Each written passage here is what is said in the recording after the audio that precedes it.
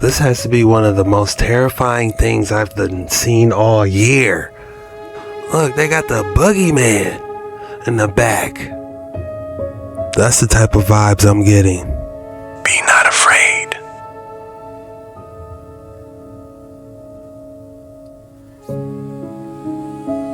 Is this real footage of an angel? Or is it a Dyson sphere? Because you heard about Dyson spheres, apparently that's what it looks like. But then again, it does look like a wheel within a wheel. I wonder what it says about Ophanim.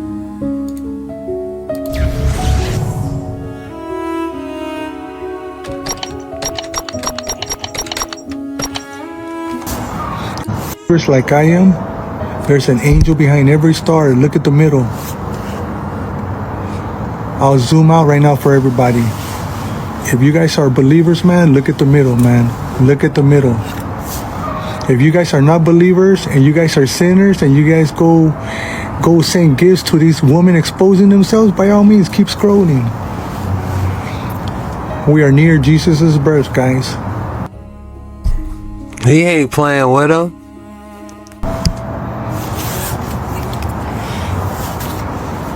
It's gorgeous, you guys. Look at this. People want me to zoom out a little bit. Let me zoom out a little bit so they can see. They can see it. Give me 1 second. Let's go ahead and do this for my people. He said, y'all on this app looking at these women, y'all need to look at this angel up here in this star.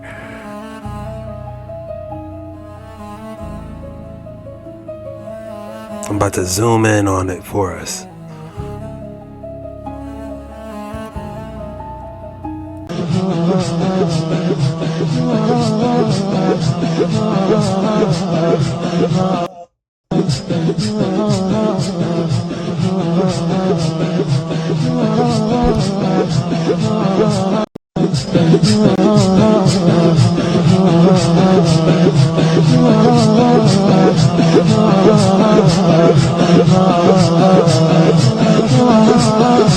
Look, they got the boogeyman in the back.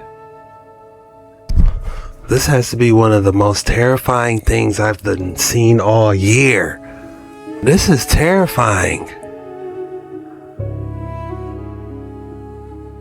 What is this? Alright guys, believe it or not, they're saying this is not AI. Look. They're all in the comments.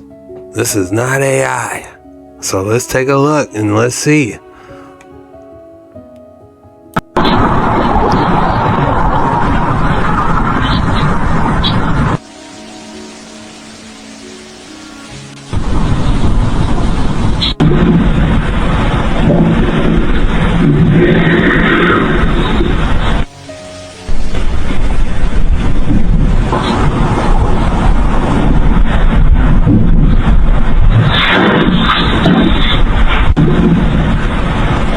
That's the crazy part, because if it is, see, that's what's so messed up nowadays, because if something crazy does pop off like this, we're automatically thinking that's AI, that's AI.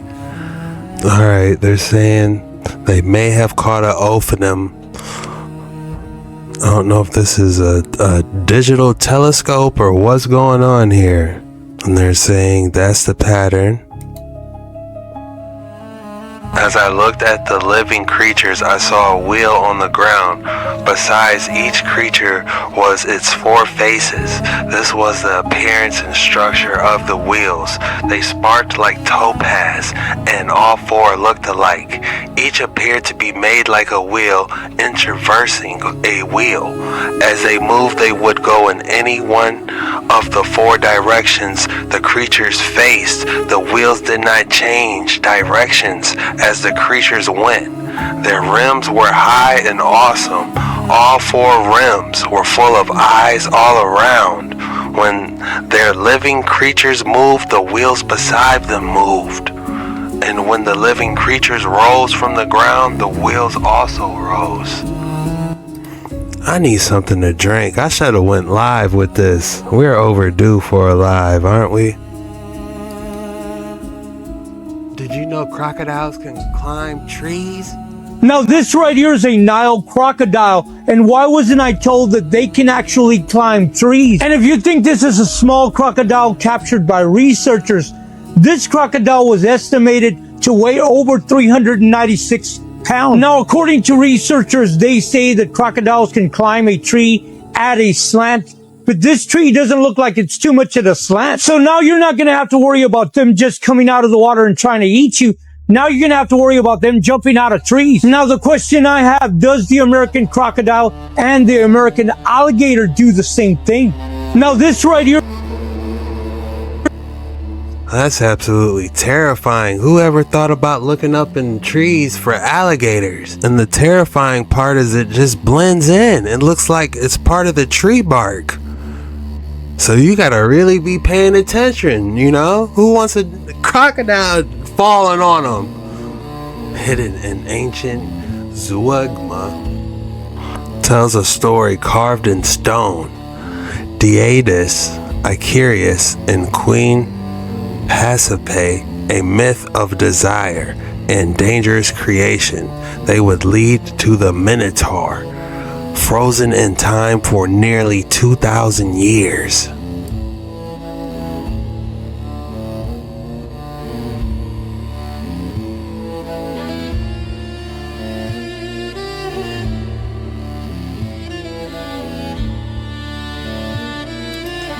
When was the last time you heard of a Minotaur? You know? Oh, there it is in that corner. I think that is like the bull/human. Noticed what appeared to be several people on his security camera, standing near his gate late at night. Curious and concerned, he stepped outside to see what was going on. The footage shows him telling the figures to leave. After that, he walked over to his truck to switch on the headlights for a better look. But the moment the lights came on, the figures had completely disappeared, leaving no trace behind. Yeah, it looks like 3 people. 1, 2, 3. What's that movie with Will Smith when he was going into those dark rooms and all those people's in there, you know, breathing like that? Speaking of Minotaurs, you'll never guess what popped up in Brazil. Oh my goodness. Meu Deus do céu, essa coisa tá tentando entrar. Olha isso.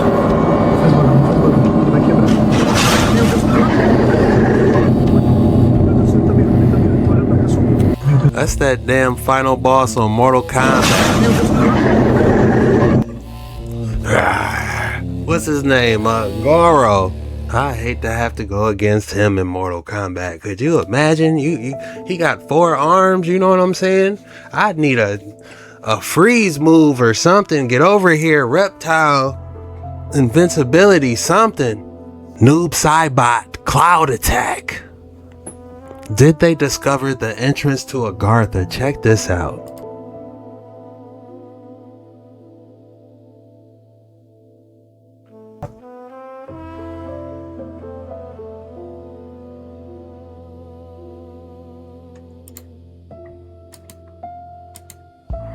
It's like going into this little ditch right here. It's interesting. You definitely want to go on the other side of the waterfall, you know? Like some treasure in there or something, you know? Who knows what's behind that waterfall? I thought this was a cool video of the energy coming from cathedrals. Check this out. So all the cathedrals, sacred buildings, they were all built on ley lines. And it's interesting because the kingdoms would make dowsing illegal for you to find the energy ley lines. Now look at that. That is the manipulation of the ether right there. That's what these buildings would do. So they would heal the people because they are tuned into the Earth's grid. And people can look into the Bovis scale. It was a dowsing scale where they would look up sacred buildings. And they would look up the energy of those sacred buildings. And the higher the scale, the more the sacred energy.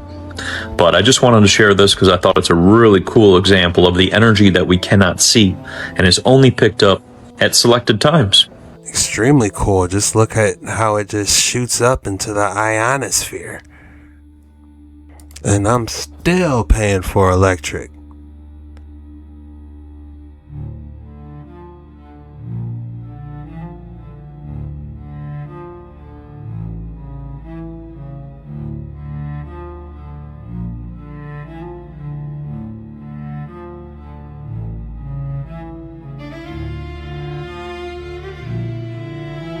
that go back into prehistory. They'll go back twofold.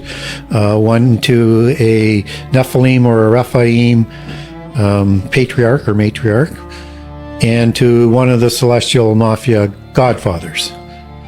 So one of the fallen angels. And so they keep these genealogies forever. I mean, right from the beginning, they've kept them. So when Prince Charles, before he became King Charles III, he said he was descended from Vlad the Impaler, which is who Dracula is based on, the vampire movies. And Dracula means son of a dragon, with the A on the end, and it's rooted in Draconta and Dracont, meaning a watcher in Greek.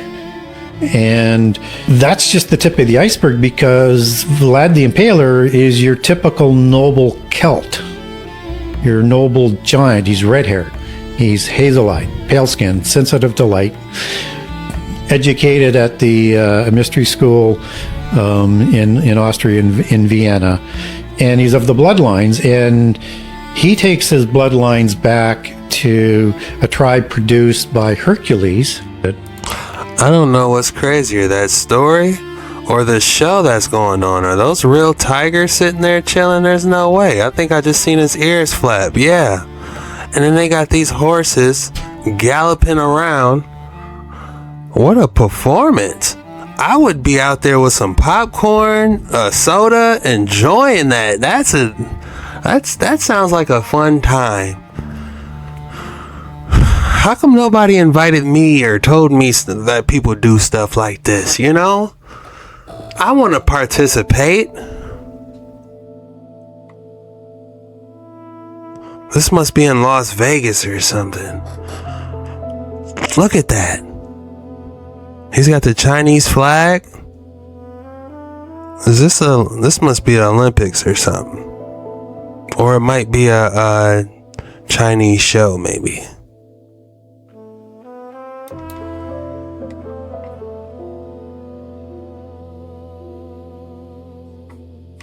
But if that's how their performances get down, man, we might need a field trip.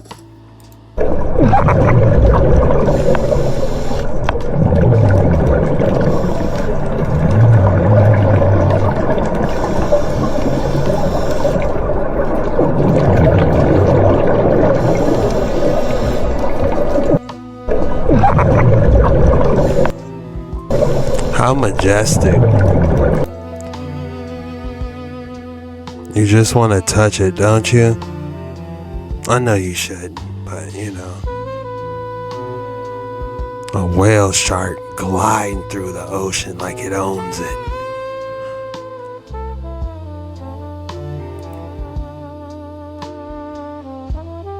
I believe the Atlanta Aquarium has one. I gotta go there. I haven't went there yet. What if I told you we may also have been lied to about why there are tides? And I'm sure you're probably thinking there's no possible reason that there'd ever be justification to lie about why the tidal currents occur. But after watching this video, I can guarantee it will start making sense.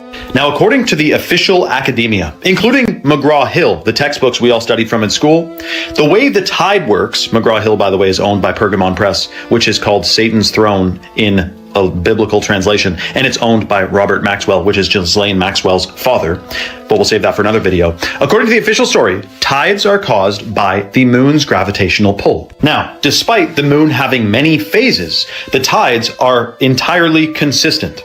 Every day, there are tides coming in and out. Even if the moon is not out, if it's a full moon, or if it's a sliver toenail moon, doesn't affect, the tides are tiding no matter what. But if the moon's gravitational field is what causes tides, then how come in the Mediterranean Sea, the Black Sea, the Caspian Sea, and other massive lakes, like the Great Lakes, there are no tides? You'd think such a massive ocean would have tides, significant, similar to the big oceans. But that's not the case. Why? This is where it gets a little bit shocking. According to ancient civilizations who all believed the Earth to be quite a different shape than what NASA claims it is, there is said to be at the North Pole, which we can't go to, a gigantic mountain called Mount Meru, also known as Black Rock, It is a giant magnetic mountain, apparently. And we're going to look at footage of that, and we're going to break this down. This is going to be a deep episode. And there's said to be 4 rivers coming out of it. Notice also the 4 quadrants here. You have the Microsoft logo, which is also 4 quadrants. We have many corporate logos depicting 4 quadrants, perhaps in reference to this. We know they like to hide things in plain sight.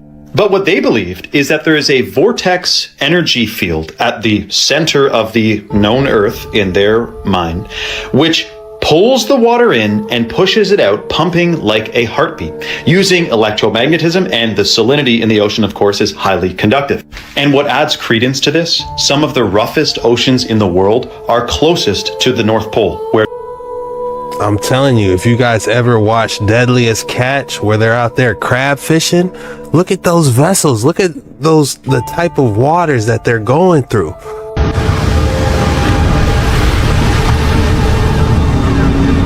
Yeah, we got some big seas here, but I don't think I've ever experienced a big one. Watch out! Come on! We need to get down. We need to get down, Clay. Let's go.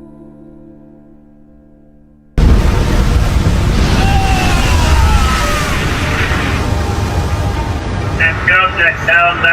Get off deck. What do you got? And you see everything freezes. So like you got to constantly knock that ice off. So the boat weighs less. You know, those dudes work hard, but look at that. Those waves is why we're here. Could these waves be bouncing off the ice wall? where the source of this pulling and pushing force would be, like the Bering Sea, which is the most violent sea there is. Lastly, I will say Nikola Tesla believed gravity to be a shaky theory at best, and he believed the world ran on electromagnetism and relativity, not gravity. This video is strictly for entertainment purposes only. Do your own research on everything. This is just theories, not factual. Now, I believe it's the Rupes Nigra, and it is what some people theorize as being black rock or even possibly Mount Zion people speak about. Take a look at this video. Do you know what this place is? It's located in the center of the North Pole. And it's the center of the Earth magnetic field, known as the Taurus field. That black thing in the center of the whirlwind is the tallest mountain on Earth, far more taller than the Mount Everest. It's so tall that even it keeps reaching out the clouds. It's the Rupes Nigra, or the Black Rock, also known as Mount Meru. Some people also called it Mount Zion. You wouldn't find this massive mountain existence in mainstream science and media because it's deliberately concealed. Because if the world knew that there is such a huge mountain in the center of the Earth, it would change the course of history. This includes the true nature of our world will be rewritten, and that will undo the globe-shaped Earth theory and the entire timeline of the Earth from the beginning. And they don't want that. Look how the wind stream passes through that mountain. It blocks the wind stream because of its height and size. The Rupes Nigra, or the Black Rock, described by Mercator as 33 French miles in size, or Roughly 40 miles across. roughly 40 miles in diameter. It's purported. And you gotta ask yourself, why was this not once shown to you in history class? I can't think one time that they showed this to us. Like, hey, check out this map, this ancient map, and look at this land. You know, you would think this should be in all the textbooks, wouldn't you think? Like, I can't tell you how many different images depict this. How many different illustrations, old world illustrations show this that people have found. I can probably pull up at least 40 to 50. Simply explain why all compasses point to this location. The biggest shareholder of all the major companies in the world is Black Rock. It's named after this mountain. Do you know what this place is? Now, Now let's bring it all together. Now, if we take the last theory from the last TikTok and we merge it with this, could this be how those tides are going in and out? You know, because it makes you think, how much of this earth really is covered in water? You know, they say what, it's 75%. What if it like slaps like the ice wall and that's how we're getting our tides? You know, it's like that will kind of explain it. I wonder if we could do some type of experiment, some type of scientific experiment where you use a kid pool as the ice wall, and it would have to be kind of tall, like 3 feet, 4 feet. And you have to put some type of cylindrical drain in the bottom, you know, but then how would it come back up? It would almost have to seep back up through like the land, kind of, you know. It's almost a mystery if you take this paradigm and bring it all together. It's really a miracle, honestly, to think how we even have land in the first place with all this water around us. It's almost like someone separated the waters from the waters for us.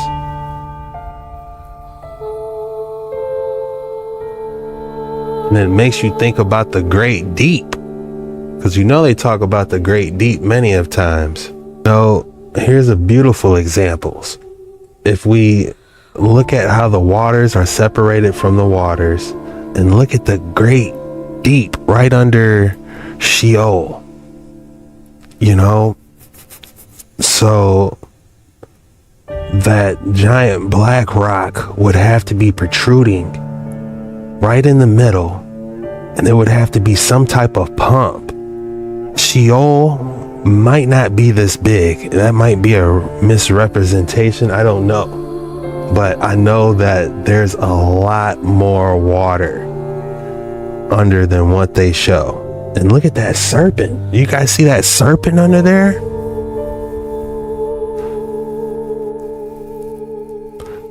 How crazy would it be if that's the Leviathan moving and that's what caused earthquakes?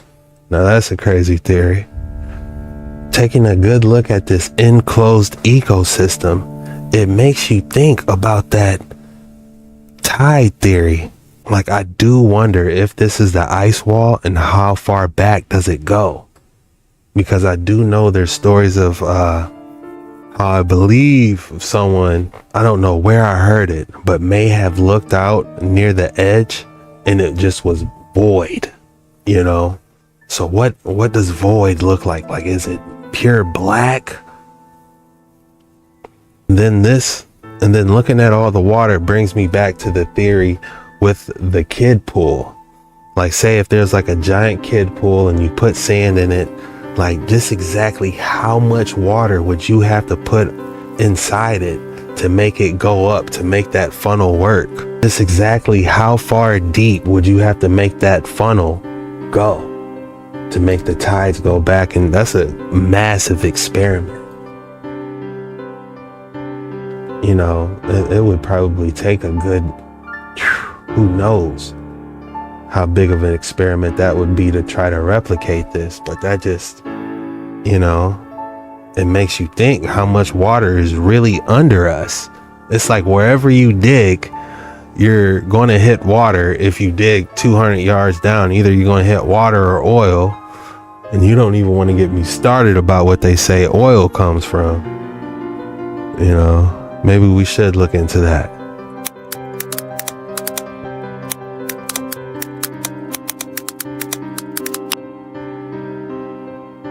All right, man explains where crude oil comes from. He's been speaking in a different language, so I'm gonna let it play. You can read the subtitles at the bottom, but we're gonna go through the important parts.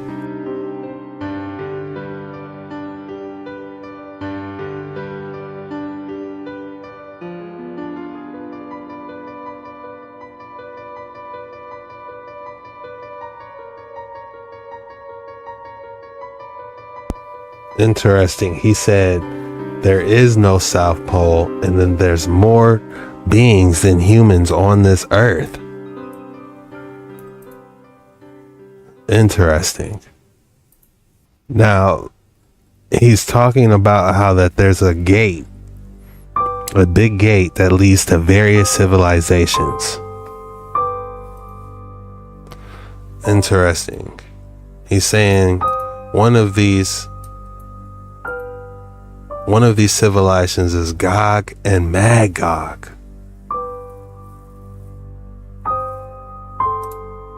Now, what is Gog and Magog exactly? Let's type it in.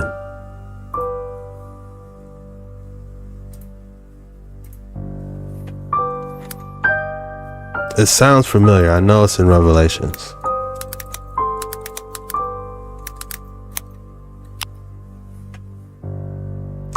Oh my goodness. Just the Wikipedia starts off going crazy. Look, it says Gog and Magog are associated with biblical and Quranic prophecies, most commonly understood as nations of evil forces that will wage war against God's people in the end times. And you know, a lot of people, you know, I know there's this movement of, you know, Satan's little season that people are saying we're in, but this is one of the wars that has to take place before we even go into 1,000-year reign.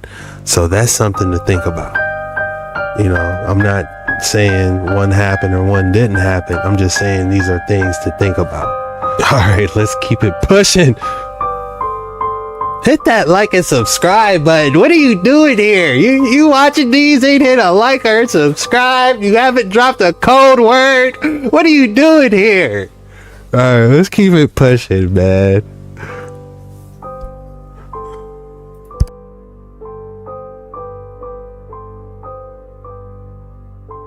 And for your knowledge, the petroleum, the crude oil that exists in our lands, that's their rivers from them. That's just running rivers. And it goes underground inside the earth. What? Let's read that again. Man, slow down. And for your knowledge, the petroleum that exists in our lands, that's just their rivers for them. That's just running rivers. As it runs, it goes underground inside the earth until it reaches what?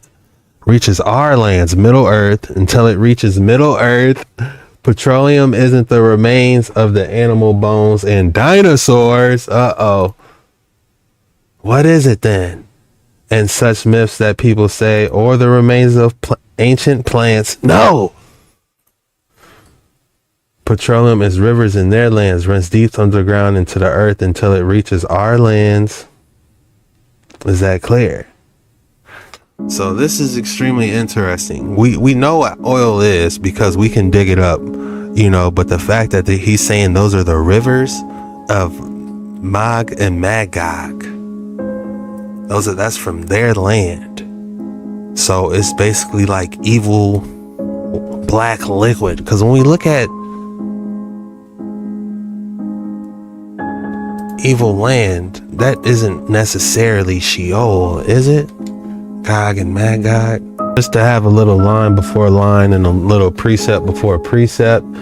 This is where it mentions Gog and Magog, Revelation 28, and it shall go out to deceive the nations which are in the four quarters of the earth. In the four quarters of the earth, does that mean all over the earth? And Gog and Magog to gather them together to battle, the number of whom is as the sand of the sea. That's a lot. That sounds like trillions. You know, way more than the population of Earth. So you mean to tell me that there's just going to be trillions of them? And they went out on the breadth of the earth and compassed the camps of the saints about and the beloved city, and fire came down from God out of heaven and devoured them. And the devil that deceived them was cast into the lake of fire and brimstone, where the beast and the false prophet are, and shall be tormented day and night forever and ever. I'm not gonna lie, one verse that does stand out to me, and they went up to the breadth of the earth, I apologize if I'm saying that wrong, and compassed the camp of the saints about in the beloved city, and fire came down from God out of heaven and devoured them. You know, people do speak, like if we look at, what is it, Utah? It just looks like something went down in Utah just by all those melted looking canyons. I don't know, this could be a stretch, but this is just what comes to my mind. You guys let me know your thoughts. I'm not saying, well, it says, and they went up, it compassed the camp of the saints about and the beloved city. Interesting, the beloved city. Interesting, Utah, the beloved city. Utah. Monuments. Okay, here's a couple Utah monuments. You know, when it says that, you know, thousands of them, like the sand of the sea came and fire and brimstone came down and they made it to the beloved city. You know, it just makes you think, you know, could this possibly been a city that got melted by fire and brimstone? This is in Utah National Park. You know what I'm saying? If we go back and look, if Gog and Magog already gathered them to battle, and they already been smited, fire and brimstone, could it be possible that they reached Utah and that's where it went down?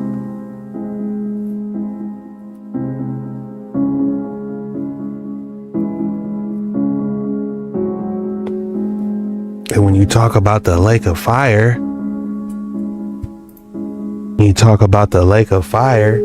this being black rock, you know, and this theory about tides going in and out because of this vortex at the North Pole, you know, how crazy would it be if there's just some type of gas flame emitting from this water? Like, because we do see, you know, water catch on fire from gas leaks. I believe it happens. Hey, I'm just saying, you know, it can show how fire can go on top of water. So, hey, I don't know if it's an actual lake, the entire lake has to be on fire, or if it's like, this testifies as it being a lake because it's on top of water. It's not a big body of water that's on fire. I don't know, but it is a lake of fire if you ask me. Who really knows what type of activity is going on right below there? And they're saying this is a mountain that's protruding into the heavens. We don't know what type of activity. It's some type of activity because look at how it's pulling the entire atmosphere in. You know, the entire ionosphere. Imagine how electrically charged it's getting, siphoning all that ether down there, you know? Could it be a chopped tree of life? You know, this might have been a tree at one point. That would be insane. Damn. A tree protruding all the way out?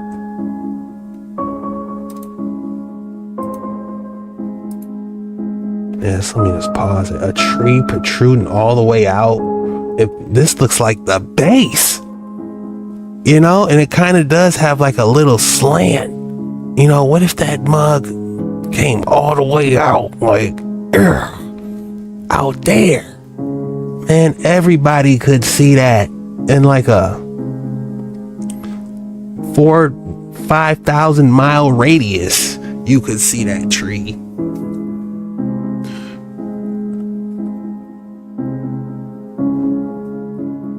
Probably not that far, but you could definitely see it.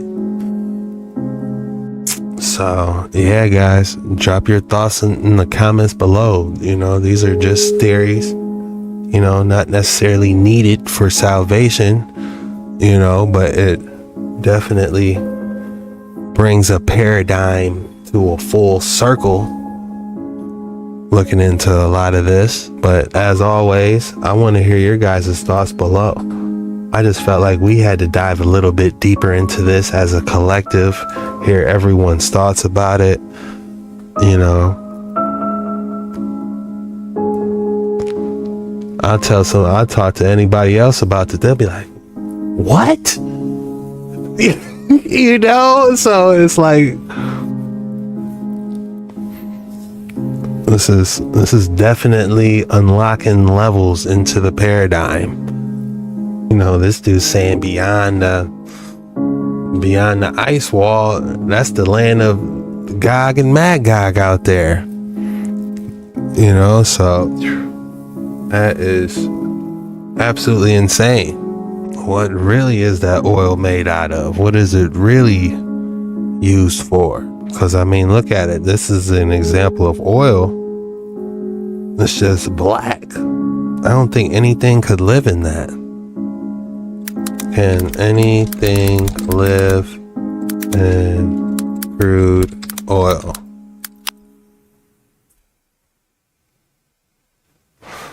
Oh, okay. So it says, yes, microorganisms like bacteria can live and consume crude oil.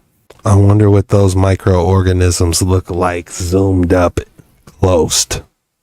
You know, and it also talks about fire and brimstone. It makes you wonder, could this be one of the actual buildings that was melted? Let's take a closer look. When you first enter Chaco Canyon, one of the first landmarks you see is Fajada Butte. This butte sticks out prominently compared to the rest of the landscape and will almost force your attention upon it as you drive in. At the top of this butte exist 3 rock slabs, lined up right next to each other. Behind these slabs of rocks is a spiral petroglyph. On June 21st, the day of the summer solstice, around 11 o'clock a.m., a ray of sunlight illuminates the top of this spiral. Within about 15 minutes of it appearing, the ray of light will have slowly moved down the center of the petroglyph, piercing the center and marking the final day of the sun's journey north. When you first enter Chaco Canyon.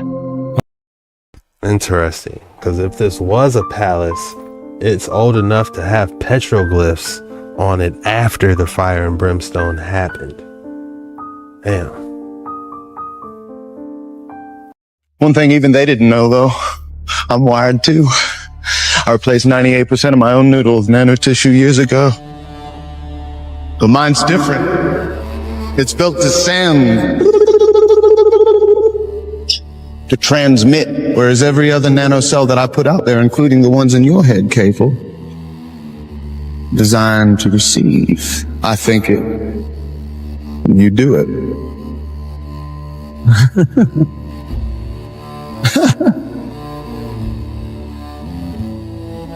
We're talking every slayer, everyone in society, so I believe your better halves will fall under that category, provided they're within range of my transmitters. Nice castle. So you got an army of psychotics and demons to dance around for you. You're thinking small, Cable, but not as small as me. See, nanocells are real small, 1,000 times smaller than these duck particulate. One thing even they didn't know, though. When they talk about a global super brain, that reminds me of the scene on The Matrix where the agents could transform into anybody. What if the agents were actually using nanobots to transform in the movie Matrix? That's a theory. We are gaining the ability to hack human beings. Science is replacing evolution by natural selection with evolution by intelligent design. Not the intelligent design of some god above the clouds, but our intelligent design and the intelligent design of our clouds. The IBM cloud, the Microsoft cloud. Just think about a religion whose holy book is written by an AI. That could be a reality. It's crazy he's pointing up to the air and saying clouds, and they're actually in servers. Like, there is no cloud. They're bouncing around these data centers like a giant warehouse full of computers that holds this data. It's not in the clouds, literally. It's the data centers. But it's crazy how he points up and be like, in the clouds, like IBM. And no, you mean the data centers that they trying to get in Greenland. Elon Musk just said 2026 is the year of singularity. That should make us pay attention. The singularity is when man creates intelligence, and intelligence no longer needs man. A system without a soul, a system that sees everything and never dies. Revelation 13 says an image of the beast is created, and the image breathes and it speaks. An image that reasons, persuades, and demands allegiance. This isn't about a robot taking jobs. This is about a system that can dictate who can buy and who can sell. A system that can lock you out of society. Daniel said intelligence would increase. Jesus said that if possible, in the end, even the elect would be deceived. I'm not saying that AI is the beast. However, I am saying that Revelation 13 seems impossible without something like this. They won't bow because it looks evil. They'll bow because it works. 2026 might not be the end, but it could be the moment the image learns to speak. Do not marvel and do not bow. In the end, the final deception might not look evil. It might just look like progress. That's why I always say, keep your head on a what? A straight swivel. The effect of color perception on a person's brain and function is wild. Check this out. Obviously, this poor man has a terrible neurologic condition, and what you're seeing is a lot of involuntary spastic movements with this gait assessment. Now, here's where things get very, very interesting. What this guy is going to do is put on blue glasses just like the ones that I'm wearing, where the lenses are actually blue. And as soon as he puts them on, look what happens. All of a sudden, most of that involuntary movement is now inhibited, and his gait assessment is so much better. Crazy. So the experiment continues. They take off the glasses and the movements return. But check this out. Now, this gentleman's using a blue piece of paper and just holding it in front of his face and actually getting a very similar effect. And here's his gait assessment. So perhaps maybe not as good as what we saw with the blue glasses, but it's really fascinating to see that it doesn't have to be glasses. It's actually just putting the color blue in front of him. The therapist then starts to move the piece of paper away from his face, and now more light information is going to be coming in through his periphery, and the stimulus, the blue stimulus, is not going to be as intense. And what's interesting is look what starts to happen. The movements all of a sudden start to come back just because the stimulus is not intense enough to have the same effect. Very, very crazy. So color is just an amazing stimulus. It can do some really interesting things in terms of brain function, which then can completely shift and change output, whether you're trying to decrease pain, improve your strength, your balance, your mood. There's so many things you can do with the use of color therapy glasses. The effect of color perception on a person's brain and function. You know, how interesting is this? While watching this, I was thinking that what is the best places you could see color? In nature. The flowers, the trees, the bright green, vivid green. Even now when it's snowing, it's almost like it's a purification outside. You know, I personally enjoy the snow, but it makes you think, what if he was outside and it just was a clear blue skies and all he had to do was look up? How beautiful would that be to heal whatever it is that he had going on by looking up at beautiful blue skies and green pastures? It's almost like we're not designed to be inside, you know, all the time, at least. Probably when it's time for shelter and sleep, but it's almost like we're meant to be outside. If you think about the sun, getting the nutrients from the sun, it just feels like a warm bath, but you're not getting wet. You know, the radiance of the sun, you know, It's been a minute since I felt that, to be honest. It's been quite a while, because it's like this summer, just last summer, it just was hard to breathe, and it just was too hot. And that radiance from the sun, I feel like is so important. Drop your thoughts in the comments below. Those are just a couple things that came to mind. And you know, speaking about the different colors, even right now, if you look outside and you see all the different white going in between the trees, the wind blowing, the icicles, you know, I love fall and I love winter. Probably winter is my favorite season out of all of them. And then it goes fall, then spring, then summer. Summer is probably the least for me. You know, it's just something about being cozy indoors. That's just me. Drop your thoughts in the comments below. Are you guys enjoying this winter, or you just absolutely can't stand it? You're waiting for summer, or are you in the tropics somewhere where it's just getting a little brisky out there for you, like my people down in Florida? But the rest of us are in the trenches right now, shoveling. You know, it's a fight. But I love it, you know. We ain't gotta worry about no spiders crawling around or nothing, you know. And it's cozy, you know. It's almost romantic. You can be indoors, you know, seeing the snow fall, get you a movie playing, you know. It's what more could you ask for, if you ask me? All right, guys, we have an exciting one. National Disclosure Project of Antarctica. Interesting. Happy that you're giving me this attention and this information attention, because it needs to get out to the world. I will start, since we have to be brief. I have already given all pertinent information and supporting documentation to the Senate Intelligence Committee and AARO. They informed me that all of my information will be recorded for public record and shared with Congress. It is that important. In 2010, I was selected to go down to the South Pole Station in Antarctica for an entire year by Raytheon Polar Services as an employee of a third-party contractor for the National Science Foundation. I function in a dual-role capacity as a tradesman and a firefighter. My responsibilities required me to be more informed than most of my crew and offered me complete access to the facilities. What I learned from this unique experience needs to be shared with the entire world. The technology at the South Pole Station certainly can do what it is presented as its primary purposes, and unfortunately, much more. The Ice Cube Neutrino Detector is presented as a passive listening device for the purposes of the science as presented. But I'm going to skip right through the chase, folks. I have provided documentation that proves that the 5,160, what they call DOMs, that are embedded in the ice can actually transmit at 2,047 volts each. That gives us a long list of things to consider. It is effectively a multifaceted directed energy weapons platform that I will list rapidly a few things that it can do. Vehicle detection. We're learning that these off-world craft, on-world craft, ours or other nations, are also emitting neutrinos. So this makes the South Pole Station effectively an air traffic control station for this. What's a neutrino? Activate submersible. Let's see what a neutrino is real quick.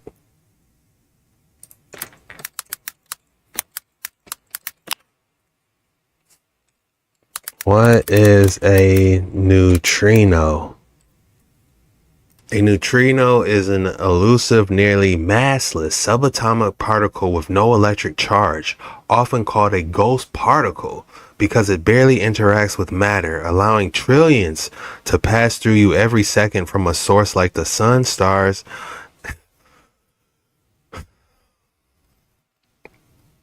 They are produced in nuclear reactions and come in 3 flavors: electron, muon, and 2. All right, I don't know how much I can trust this, but that's what they tell us a neutrino is. So they say it has no electric charge, but can I even trust that? You know, I literally keep my head on a swivel. They might say something, but at least we got, it's in the ballpark of what it might be. It's a subatomic particle that it might carry an electric charge is what I'm going with. New level of equipment that nobody's discussing. In addition to the ability to detect neutrinos and the exotic vehicles, I have provided documentation that shows that this is also a system for faster than light communications.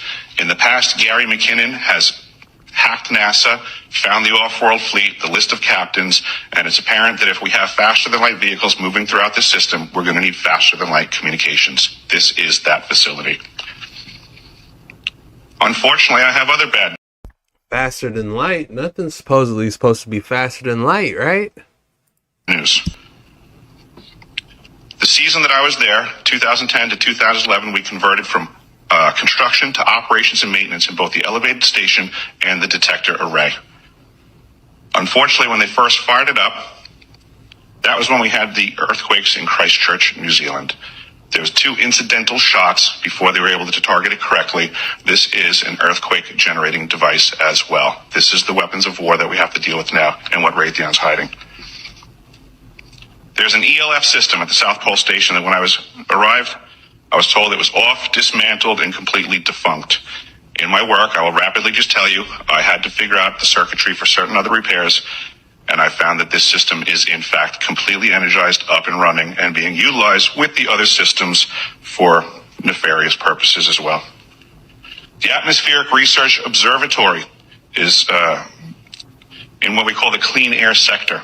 I witnessed myself a very powerful green laser shooting out of the top of this facility into the cosmos. This, I believe, is a secondary form of long-range communications and or a defense system. I am not saying that we need to... Damn, he's not lying. There is a green laser that they shoot in Antarctica to try to detect something. Wow, you gotta see this. Activate submersible. We are on a dive.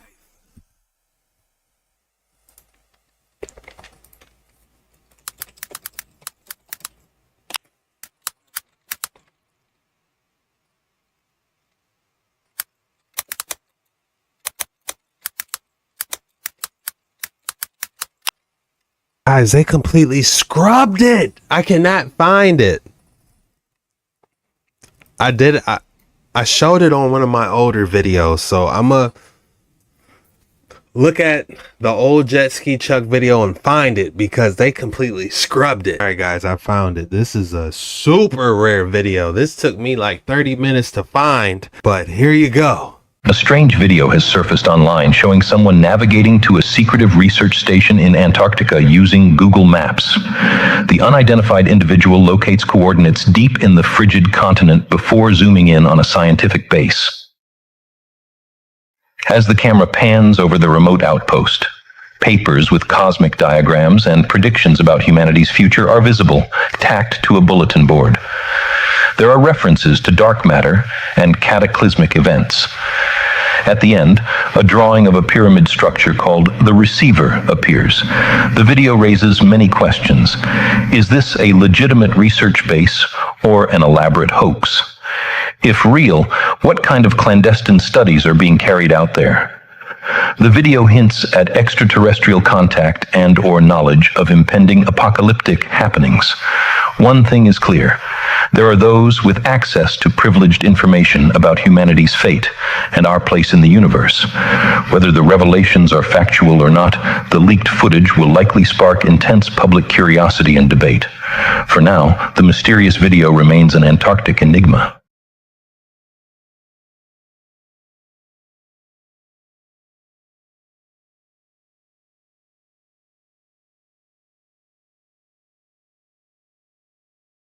So while we were watching that last video, right, and he was talking about a green beam,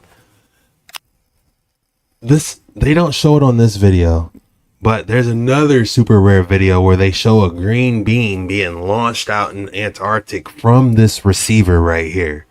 So it's just, I find it absolutely fascinating connecting these two dots. Don't worry, your boys are going to be working a lot harder getting all this categorized for us and getting all the information put together. So when this guy is talking about these machines in Antarctica being able to detect stuff, that was not the first time I've heard about it. And actually there's a rare video out there of a green beam being shot out of some pyramid looking structure in Antarctica, or it was snowy sub-zero conditions. I don't know where it was, but that was the vibe. It was like in Antarctica. So whoo, I love this stuff.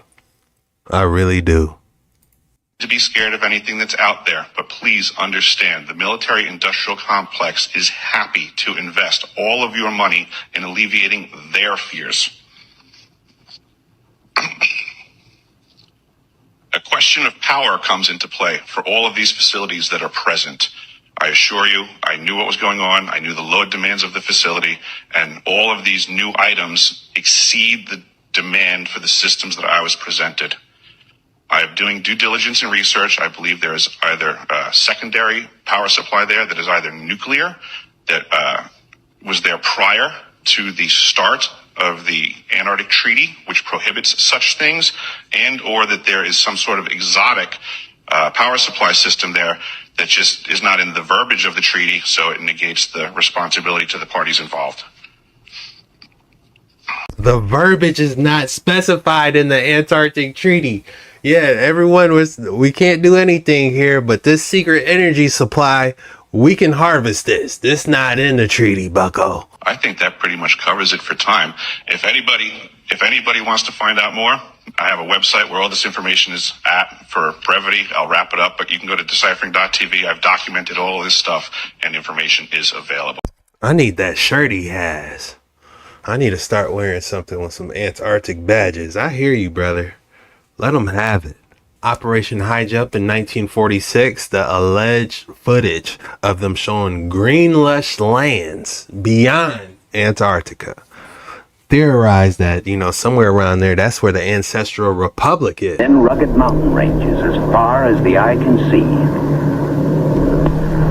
Bunger leans forward in amazement. His eyes have caught a sudden and unbelievable change in scenery. The universal white has turned to chocolate brown, dotted with blue. A cameraman goes into action. 300 square miles of land without snow. Pictures alone will prove Bunger has discovered a warm oasis in the shadow of the pole. It is for such supreme moments as this that men brave the hardships of exploration. The astounding, undreamed of fact is that they are over a chain of warm water lakes, whose shores, except for small patches, are free of ice and snow. Commander Bunger circles the largest lake in sight, 5 miles long. He comes in to make a landing. Water temperatures must be recorded. Samples taken. He finds the water fresh. The temperature 38 degrees Fahrenheit. On the shores are vast deposits of coal and of minerals of the utmost importance to civilization. I truly believe Earth is the new frontier. There's so much stuff out there that we don't know. And, yeah, you guys heard that we're going back to the moon, right? Oh, don't worry. I'm going live for that. We are going to talk about it. I don't even have to say nothing, because under every single video or post I see talking about them going to the moon, you guys already know what's going on, man. It's crazy, because like 10 years ago, I would have to do a dissertation in front of my friends and family to try to let them know what's going on. And they'll all look at me like, you're crazy. You're in that rabbit hole. Okay. Now I feel like we at 50-50 now, like almost like 50%. If we had to take a human population and you have to say, hey, did we do it or did we didn't? You guys know what I'm talking about. I would say it's almost like 60-40 of the people say we didn't do it. You know what I'm saying? Nobody loves space more than me. Let me just say that. Star Wars, Halo, the Destiny franchise, Star Trek, nobody's a bigger fan than space than me. Interstellar is one of my favorite movies. What's the guy, The Martian, where he was stuck on Mars? I love those movies. This is my spaceship in Destiny 2. I would just sit inside it and just look at the ambience and not even play the game. I would love to see a spaceship and go out to the next frontier, but I hate to be the bearer of bad news. We do have a civilization of humans that broke out of the ice wall before the last reset, the Ancestral Republic. These lands were discovered by William Morris whenever he escaped the ice wall. Now this was during the late 1700s whenever they found this map and were able to escape through the ice wall, as you can see here. And after they made it on the other side of the ice wall, they ran into the Ancestral Republic ship. And this is where they met the humans who already live outside of the ice wall, who left before the last reset, which the This is hilarious. Why do they have pilgrims meeting the Ancestral Republic? If I had the time, I would make a movie on the Ancestral Republic for us. But man, that would take at least a month. Which the last reset was during the times of the Tartarian Empire, whenever the Custodians and the Anunnaki came and the Giants helped us to try to battle them. Now, many of the humans who did escape were descendants of the Atlanteans from Atlantis, and that's how they built Tartaria in the first place, which is how they had the knowledge and the technology to build the Ancestral Republic. Which on the inside of the ice walls, all of our technology was lost and we were basically set back to the caveman days, which is when the Anunnaki came in and built the pyramids and tried to take over and act as if they were gods. But we do still have the humans that are our ancestors who exist in the Ancestral Republic who do want to come in and try to rescue us. They just have the Custodians, Anunnaki, and the Reptilians to battle against, and the Anunnaki and Custodians are far more advanced than the Ancestral Republic. Yeah, it gets a lot deeper. It was actually in this book that we were reading on live. We didn't get to finish the book, but it might be time to pick it back up. It also speaks about alien greys being created and being created by the Custodians or the Anunnaki and like basically used like clones, like how the Star Wars Clone Wars, like that was basically taken from this story. And the alien greys were basically the clones, and they just sent them out to do their bidding. The Anunnaki and Custodians came to the agreement to use the greys. It's a crazy story, but it does fill a lot of holes. They also speak about the pyramids being like generators from the Anunnaki. Like it was like they were weapons. Like when you see a pyramid, it was like, you know, they can turn this boy on and cause a reset. You know, very interesting story, and we will be diving into it more soon. Drop your thoughts in the comments below. I'm super interested on your thoughts on that. Let's talk about it. It is because the bottom of the well is an untouched reservoir of natural resources. Strangely enough, when they talk about the Ancestral Republic is one of these lands, you know, this isn't an actual map, but it's probably a good representation showing the Summer Strait so you can get out of Middle Earth where we currently are, and one of these islands. They also say some of these islands rotate. How crazy is that? But yeah, this is where the Ancestral Republic is, and who knows how far this can expand. This could be Middle Earth is where we're at, and then there can be outside realm 39 for all we know. We don't know. It could be, we don't know. It gets crazy. It's just you're flying up and straight. You're not going curving back into the water. in the world today, an area as big as the United States that's never been seen by a human being. And that's beyond the pole, that there should be an area as big as that unexplored. This is a tremendous So job. there's a lot of adventure left down at the bottom of the well. Right up to the ice barrier of the Ross Sea shelf, behind which lay the Bay of Whales and Little America. The only entrance was through a miraculous canyon in the ice barrier. Narrow gaps no more than 400 yards wide and slowly closing every day. Through this, the ships disappear, one by one, creeping between giant jaws of ice that loom threateningly off either bow. A harmless threat, though, for all emerge without mishap into the Bay of Whales. It is because the bottom of the well... How interesting is that? Some people theorize this is why we got the Antarctic Treaty, so we can't escape. You know, we just read the Navigator who crossed the ice walls when we were reading it live on Jet Ski Chuck. That video's still up there if you want to check it out, but I'm gonna be redoing it with better graphics soon. You know, as a quick little spoiler, and we're gonna go through it all together. Video was being suppressed when you can't even crack the 100 view mark. Yikes. Let's try this again. That came out 3 days ago. Hear what she said. Where exactly is Bikini Bottom?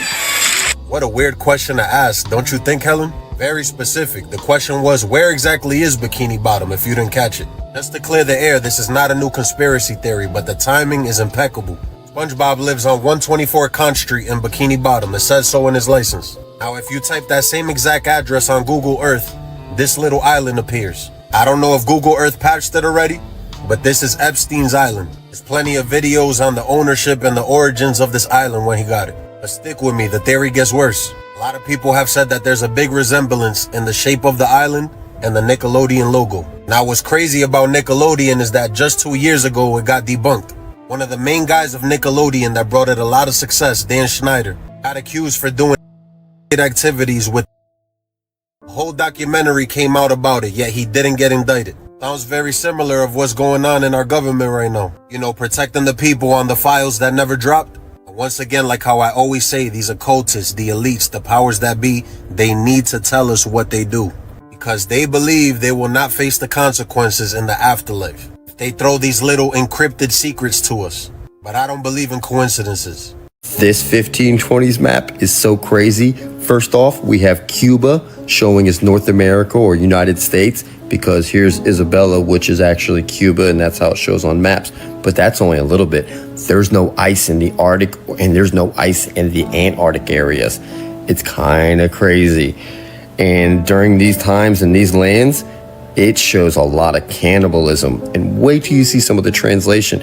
People living past 150 years and just all kinds of craziness that I've translated on this map. TikTok, this is just for entertainment purposes only. We are sharing what we've translated on a real map that's available publicly. And we're just, sharing opinions and thoughts and ideas. Strictly for entertainment purposes only. And also, team, thank you so much for the support. And we are going to dive into this. I find old maps and I find craziness, and there's some cool stuff I found on this. Look at that. Go back real quick. Did you see that? Find craziness in there. What is that? It looks like a man hunched over riding some type of hybrid seahorse / dolphin almost. You see it? There's some cool stuff I found on this map here. Also, I'd like to let you know, if you want a copy of it, please hit me up in the comments. I've been out of town working, so I haven't been available the last few days, but I'm back at it and love to send you anything that I can. I'll be going through all my messages too. But I am going to show you the translations in each of these, and it's kind of wild. It really is. So we'll just start with this one down here because I thought this was the most wild one. This is the Area 3, MB3, which, just so you can see that area, that's right here in South America, Brazil.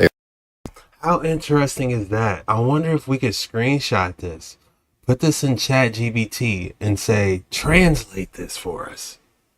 Oh my goodness, that might unlock a whole new paradigm to these maps. Area. Oh, by the way, Brazil 1, Brazil 2. But this area right here, they translated it. And they say it's an area of great beauty and the people are wonderful. They sometimes go naked, they sometimes don't. They're with flowers and other things.